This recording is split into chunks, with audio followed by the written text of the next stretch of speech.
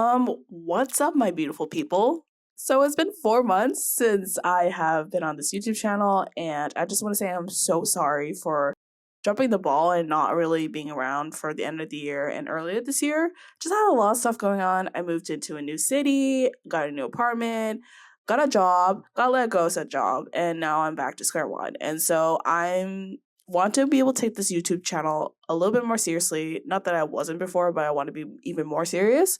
So I got a new mic, got a new setup, and trying something different with this episode and upcoming episodes because I want to be a little bit more relaxed and a little bit more conversational and friendly versus like kind of reading off and being very monotone. So hopefully this new direction will get more engagement and more people kind of be on the channel. But yeah, super excited for this episode because it has been on my Twitter feed for months on end. And so I wanted to talk about this in depth. So let's get on to the episode.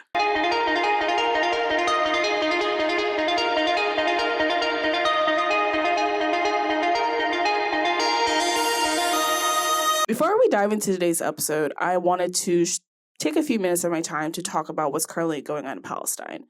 The Palestinian people have gone through what feels like and is an extermination of their own people for the past 7 decades. And I feel like as an American whose taxpayer dollars are going towards that specific purpose, I feel the need to be able to speak up as to what's going on. So I am linking several resources down below, not only highlighting the current crisis, the history of the crisis, but also ways to help the Palestinian people.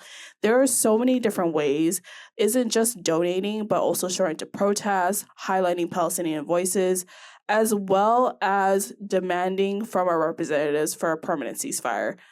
I'm going to link all of these down below, and once this video is over, please take a moment of your time to look into this crisis because the Palestinian people don't have that much time for people to just look away. And now let's get on to the video.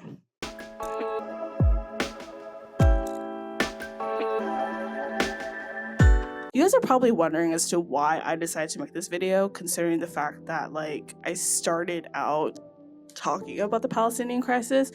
Well, it's because my TL is completely filled with this particular boycott that is going on right now that I'm going to talk about later in this episode. It really got me thinking, where did fan activism come from and why should we give a shit in the perspective of a K-pop fan?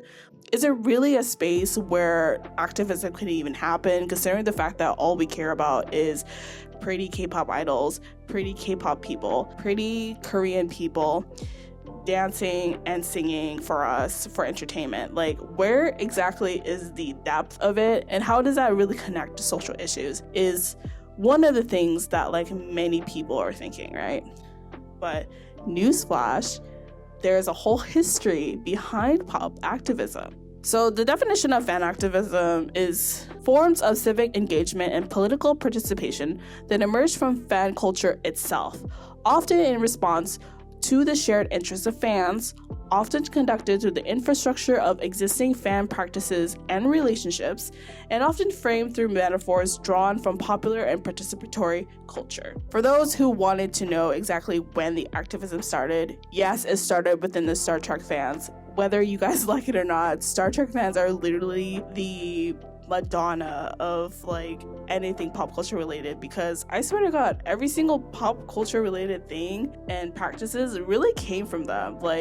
You go, girl. So it started in 1969 when Star Trek was on its way to being canceled due to low ratings, and that was when the first instance of fans coming together to protest that from happening. If you really think about it, it's kind of similar to how political protests come to organize and stuff like that. And even though it wasn't that successful, the show ended up being canceled anyways, it still showed that fans could really come together and try to do something that would instill some change. Yeah, the internet and fandom really go hand in hand since the beginning of time. I still remember when I was 11 or 12, don't fucking come up for me, but I was a huge ass Potterhead. And I remember in the early 2000s to early 2010s, And seeing Potterheads going from like seeing JK as this like pinnacle of wokeism and liberalism to really seeing her as the ignorant bigot as she actually is really incredible. Like,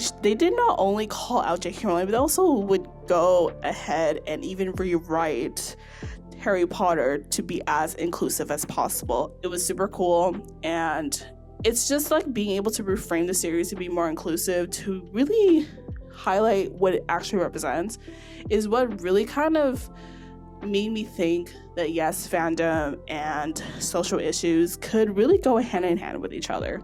And mind you, this is before J.K. Rowling exposed herself as being a whole ass TERF, so you can imagine why it isn't shocking to find out that Potterheads are really not behind that whole ass thing.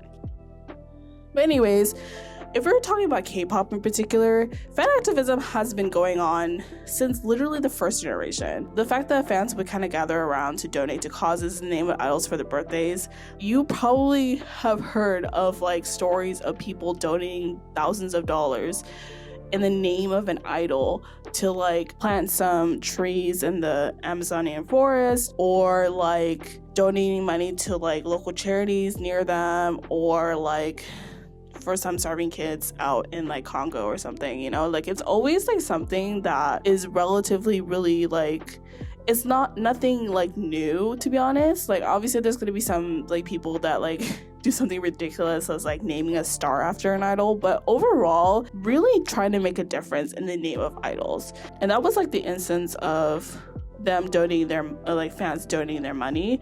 Now we're like shifting towards like fans donating their time and their like education and their energy into things. So I remember back in the Tumblr days when K-pop was slowly becoming a huge thing, and people are starting to realize that like K-pop isn't as glamorous and isn't as like great as it is, because there's like this long history of like K-pop appropriating Black culture on top of like insulting the Black community, right?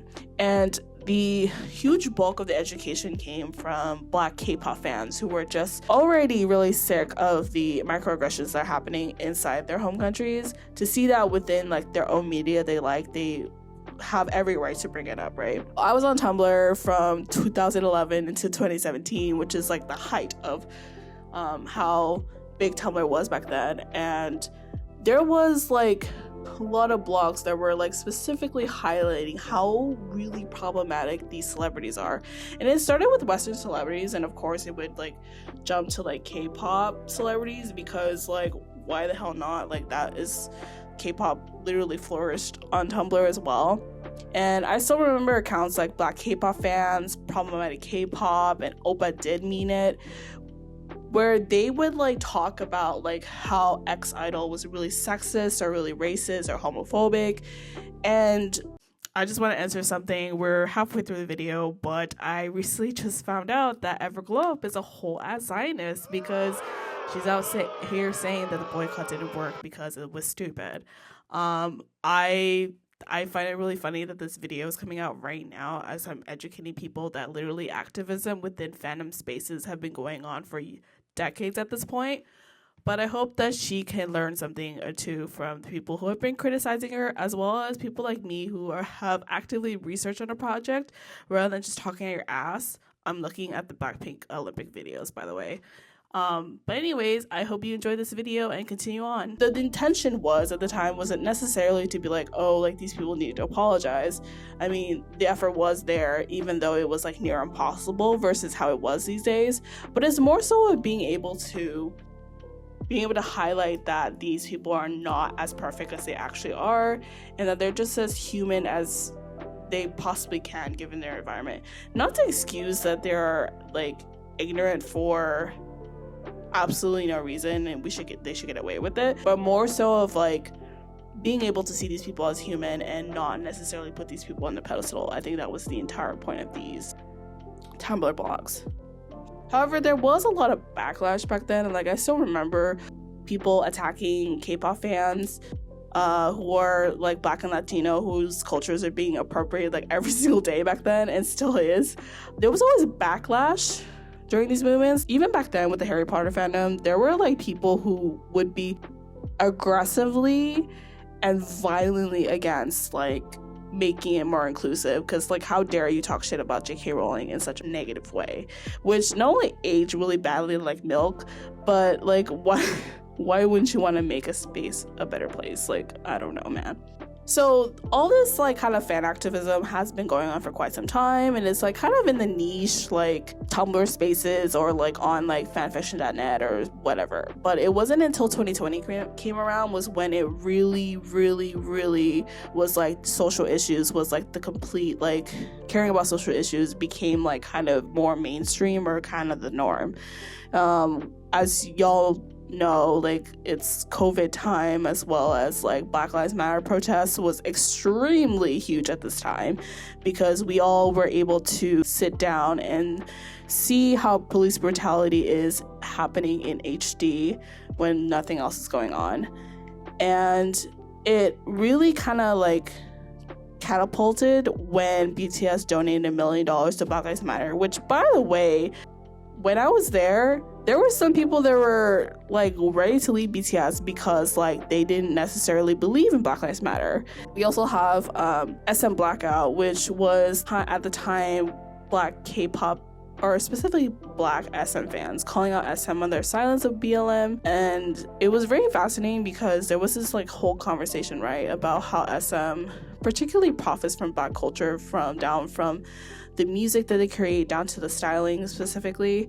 And Black SM fans decided to be like, enough is enough. Like, how can you possibly profit off of our culture without talking about BLM? And decided to do a protest called SM Blackout.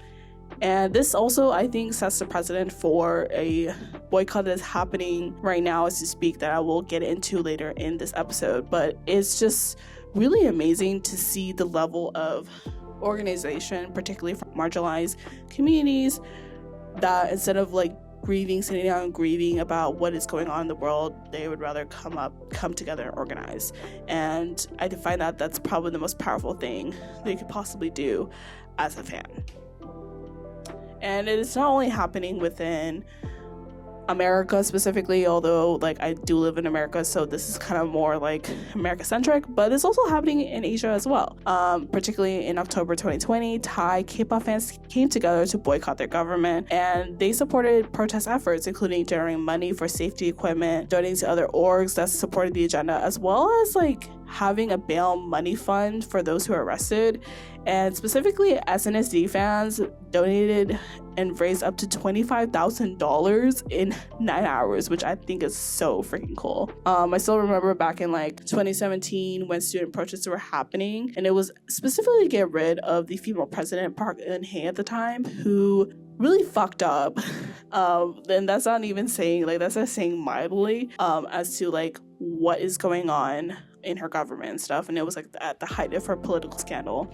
I remember back in 2014 when the Sewol ferry tragedy happened, and there were like a lot of music videos that highlighted or criticized the way how that disaster happened, and particularly with FX's Red Light, BTS's Spring Day, as well as Red Velvet's One of These Nights, which to this day I still cannot watch that music video in full because I just like start bursting into tears. As to the imagery is so strong, and it just makes you really think, damn, the government really fucked up with that. I think what's also really fascinating too is that although K-pop fans have always donated to charity, the Match a Million fundraiser was always particularly unique as the sheer scale of organizing that like took place, because it took a lot of energy to be able to get people to come together and like donate $1 million specifically for a cause. And the original fundraiser charity account that used to do that now is actually facing backlash for not doing anything about Palestine, but I still am giving their flowers for participating in that Match a Million. So good for you, One in an Army. You still deserve the lashings for not doing anything about Palestine, but I'll give you that for sure.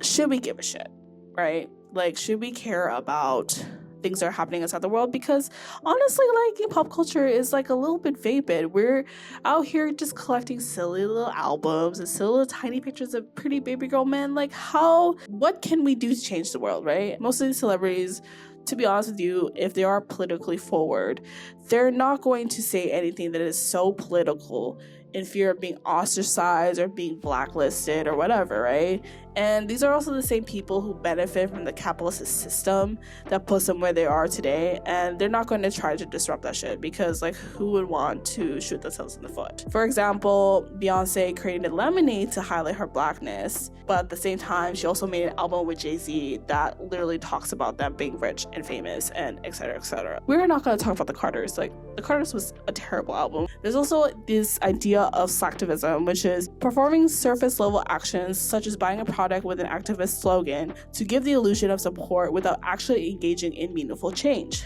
Like, a lot of this is happening right now within K-pop, particularly with Free Palestine. Like, people would rather hashtag like Free Palestine and like the freaking Arab.org link that keeps going around all the time, like that for a click or whatever, you know? It's like, girl, like, that is not gonna do anything. And people would like tweet about it like every 10 tweets, like wedged in between like tweets about like the new releases or the new albums or whatever.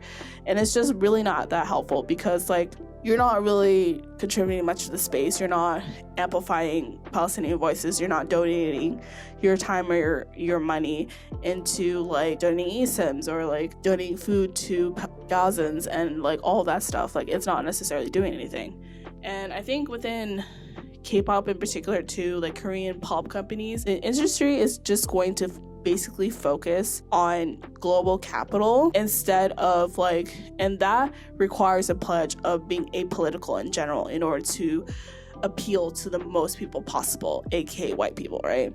It's not like they're sitting here actively being an asshole, but there's a lot of things at play, and like the most of it is the fact that it's capitalism at its play, where in order for you to fit in, you kind of have to sacrifice parts that make you in order to participate in this whole system that is capitalism. And so I don't want to get too much into it, because then I'll be talking forever. Also, another thing that I want to talk about too is that people get really aggressive, and I mentioned this earlier in the episode about how people get really aggressively violent towards marginalized fans. Specifically with me in the past couple weeks, I've recently to these circles, particularly Palestinian armies, who are talking about what is going on in Palestine, and they're getting harassed and doxxed every single day by like people who are like solo stands or right-wing leaning armies who are just violently Zionist or just even political or quote-unquote apolitical. And I remember, you know, every single instance of every single black fan who gets shitted on for calling artists for being racist. All the many times when Muslim fans get like shut down because like someone decided to put a verse of the Quran in their music video, things like that. And I think that that level of like aggression can get people to be like, you know what, I really don't want to be a part of this. I'm going to be as apolitical as possible. And I don't freaking blame them, because they're trying to protect their peace as much as possible, even if it hurts and it's painful to not talk about your own identity. Like, it's freaking awful. Like, there's a lot of toxicity within the K-pop fandom that I really don't blame these people to like not talk about politics.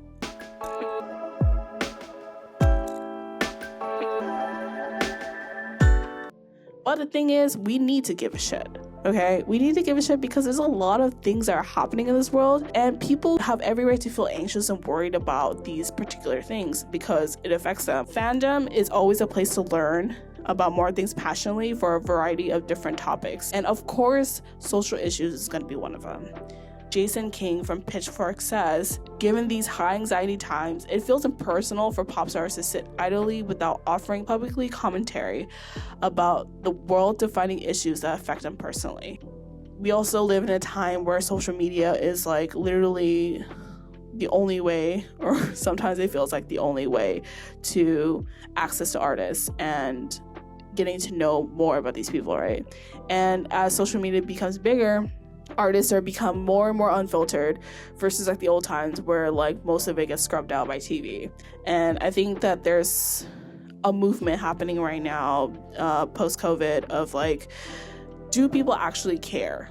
Do companies actually care? Do corporations actually care about you? And I think that like shock for people of people realizing that corporations and companies do not care, essentially, it makes people realize that they need to hold these brands accountable for like these causes instead of just like doing corporate shit. Like every single year there's Pride Month and all they do is just slap the pride flag on things and call it a day instead of actually doing something important like hiring more queer people or highlighting queer struggles and things like that. And I think we're also doing this right now with the BDS movement, where people are boycotting against Starbucks and McDonald's and Disney to be a part of like the genocide that's happening right now with the Palestinian people, right? And so I think that is really cool that the direction of social causes is not just going towards like, I'm just gonna half-ass this, but more so I'm going to actually show up to do things. I'm gonna actually show up to protest, and I'm actually going to like build movements and things like that. Although some of it, yes, could be slacktivism, to where people are just kind of doing it just to do it because their friends are doing it or is the trend to do so.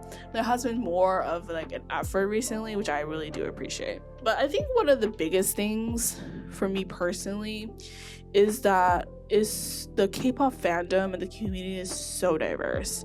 You're gonna be so many different types of people and so many different types of like fans that have gone through all kinds of different live experiences. And I feel like if you don't care about like a particular topic, it's almost as if like you don't necessarily care about anybody but yourself. And that's really fucked up, because the whole entire point of being a part of the fandom is that people come to be accepted away from society who wouldn't accept them for who they are. There was a study done recently where fans from marginalized backgrounds found more acceptance within the fandom because they found alternative community acceptance within the fandom because they were rejected in their local environment. So it's not like fandom spaces are like a coffee shop or something, you know? Like this is like deliberately a very niche space to get into.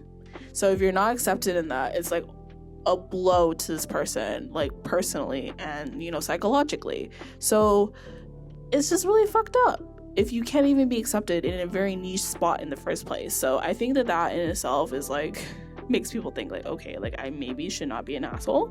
There's also like a new generation of people that will organize together when people fuck up, right? Really recently, Hyorin from Sistar said the N-word or mouthed the N-word, and she immediately like posted that she was sorry and like that she was learning and shit. I think like most importantly, we need to be able to dismantle the rugged individualism that capitalism and whiteness has created and really be able to start caring for the community and the people around us. And I think at the end of the day, everybody benefits from social change, so why not be on the right side of history and like actually actively push for societal change? Which is why I'm getting to the last point. And this last point is what I've already built up to this point, and it is for Hive to divest in Zionism. It is basically the concept of ousting every single Zionist that has worked with Hive artists in the past and in the present, and trying to prevent them from working with them in the future. And the person that we're really up against is Scooter Braun, who is the CEO of Hive America. He is on Instagram pretty much every day spreading misinformation about the Palestinian crisis and releasing propaganda that is so Zionist and violent, like I can't even begin to explain. I'll try to send some screenshots or post some screenshots up above in this video so you guys can see how nasty of a human being this guy is, but you can just feel free to look through the hashtag to like find all the receipts. But the reason why we care about this white dude is because Bang PD is like really sees him as a partner. They have pretty much have done quite a lot of projects together, and Scooter is actually credited on eight BTS albums, pretty much every album since Proof, under special thanks, in the exception of Golden, where he is under A&R. So he is getting a lot of praise for, I don't know what he does exactly to get that level of praise, but we do believe that his violent Zionism really gets into, kind of clashes against, if not is completely against, what BTS and what HYBE stands for, essentially. And so we're boycotting against him. Also, if you ask why or if this is effective, in last year during the Golden Promos, we were able to get Jake Kodish, who was extremely violently also Zionist, to no longer work with Jungkook for the Golden Promotions. And so I know that is a really high demand to ask like a CEO of like half of a company to be ousted. However, I think nothing is impossible. I think being able to shine a light as to the fact that like fans give a shit about the ethics of having such a violent Zionist on their team is really important, and which is why I'm using my platform to talk about it, because it's fucked up. Like, why would you have somebody like that? And on top of him being a Zionist, he is really not for artists at all. Like, you can ask any Ariana Grande fan, you can ask any Justin Bieber fan, you can ask this Carly Rae Jepsen fan who literally has a beef with Scooter since like his lack of promotions for Carly Rae Jepsen. R.I.P. Carly Rae Jepsen and Emotions. Your album would have been #1 if he actually promoted it. He's also the reason as to why Taylor Swift is redoing all of her albums, because he owns her masters.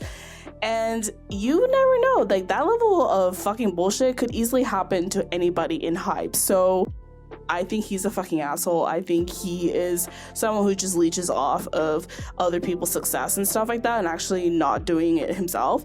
So yeah, let's get together and protest. There's a lot of links that I will link down below. There's actually kind of like mixed in between the Palestinian stuff, but Army for Palestine is really spearheading this campaign by having people send letters, emails. They're actually doing a protest truck in front of HYBE's headquarters to show to let people know like what is currently going on. So yeah, feel free to check the protest out and join if you are a HYBE stan. I know it's very difficult to sit here and be like, well, how does this affect my artists and stuff? But I think your artist will understand if you don't listen to an album on the day of, or buy an album on the day of, or just in general, like caring more about what is going on in the world besides them, because they always talk about putting yourself first before the artists. So yeah, as I'm recording this, it kind of sounds really convoluted, but hopefully in the post it doesn't sound as crazy. But yeah, feel free to give a like, comment down below as to like what your thoughts are in terms of like fan activism within K-pop, and I'll see you next time. Bye.